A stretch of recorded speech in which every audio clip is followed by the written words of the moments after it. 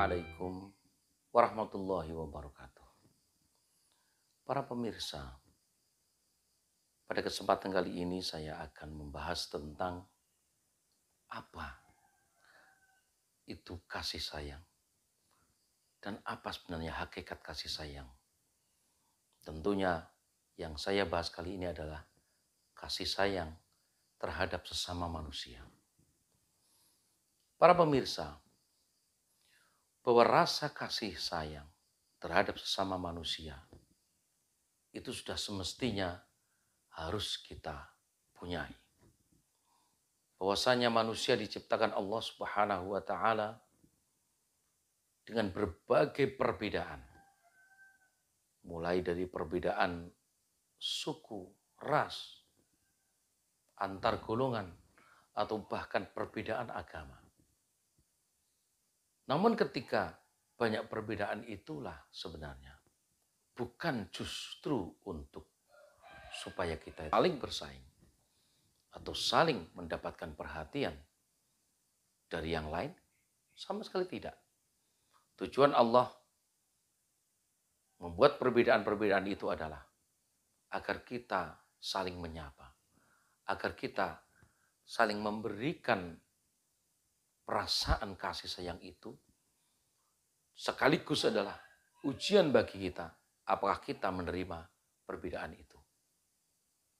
Para pemirsa, boleh jadi rasa kasih sayang mudah sekali kita ucapkan. Namun di dalam pelaksanaannya mungkin kita sulit untuk melakukan. Perasaan kasih sayang. Jika kemudian misalnya antara anak dengan orang tua, antara orang tua dengan anak, mungkin wajar. Antar kita dengan saudara-saudara kita, antar kita dengan teman-teman kita, mungkin wajar. Tetapi kalau sudah sampai kepada sesuatu yang berbeda, misalkan, maaf, warna kulit saja. Kita merasa bahwasanya kita lebih tinggi derajatnya daripada mereka. Misalnya mereka yang berkulit hitam misalnya. Para pemirsa, bahwa Allah menciptakan perbedaan itu.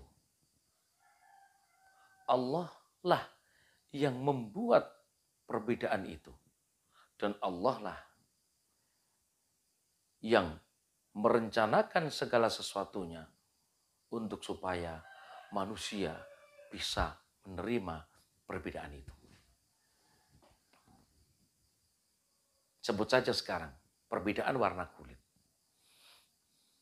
Kita merasa lebih superior dan kita anggap bahwa misalnya orang-orang yang berkulit hitam kita anggap inferior. Sama sekali tidak.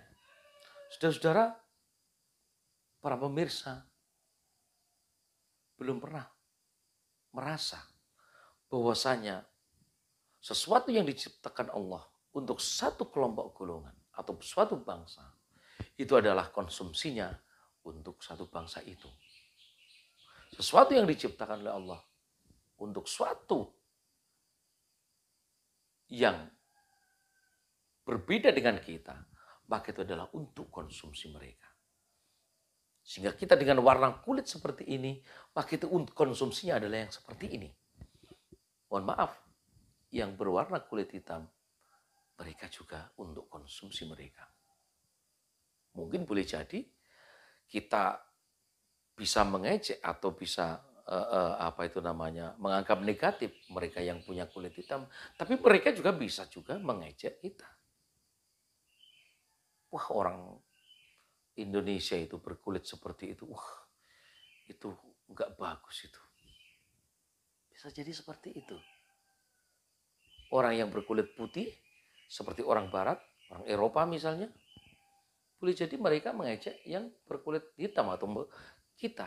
Tapi kita juga bisa mengejek mereka. Wah, orang yang berkulit putih itu, kulitnya seperti itu. Wah, ngeri.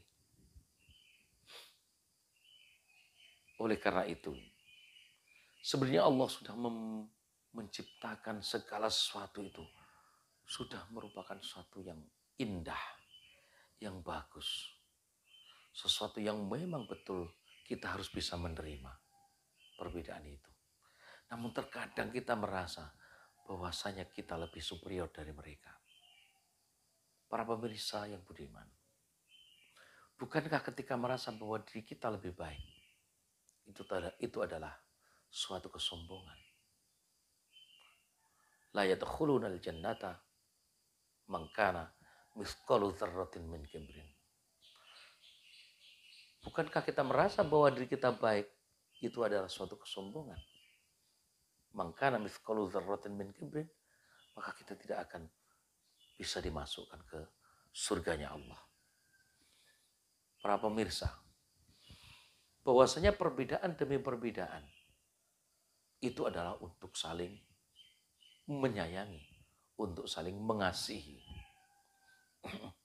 Bahwasanya hakikat dari perbedaan itu semua yang menciptakan adalah Allah Subhanahu wa taala. Ketika kita merasa bahwa diri kita adalah superior dari mereka, dari orang lain, maka kita sudah menganggap bahwasanya ciptaan Allah itu ada yang lebih indah, ada yang tidak indah, ada yang lebih baik, ada yang tidak baik. Semuanya yang diciptakan Allah adalah baik.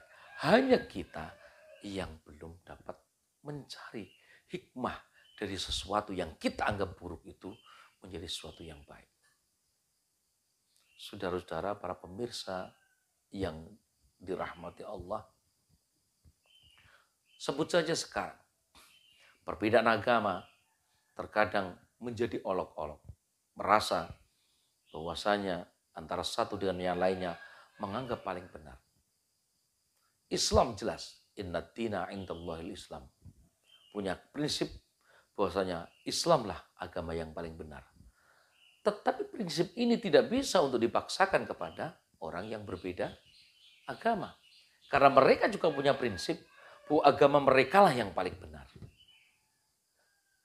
Dari sinilah mengapa kita dilarang untuk saling mengolok-olok atau dilarang untuk saling membenci. Karena apa? Karena prinsip mereka juga diakui, prinsip mereka juga dianggap sebagai prinsip kebenaran yang hakiki. Sama dengan kita. Kita meyakini Islam sebagai agama yang benar dan paling benar di sisi Allah. Dan kita akui kebenaran itu sebagai suatu prinsip hidup. Maka saudara kita yang berbeda agama juga seperti itu. Bahkan kita justru wajib bersyukur. Dengan sebanyak-banyak syukur. Karena saat ini mulai dari lahir sampai insya Allah mudah-mudahan oleh Allah Subhanahu wa taala kita dimatikan di dalam iman Islam. Ini merupakan nikmat. Nikmat yang luar biasa. Dan itu wajib kita syukuri. Nikmat yang luar biasa, yang paling tinggi derajatnya adalah nikmat iman dan Islam. Selanjutnya, bahwasanya ketika kita melihat orang lain melakukan perbuatan buruk, orang lain melanggar perintah agama, orang lain berbuat maksiat, maka kita jangan sampai kita mencela. Karena apa? Mohon maaf para pemirsa.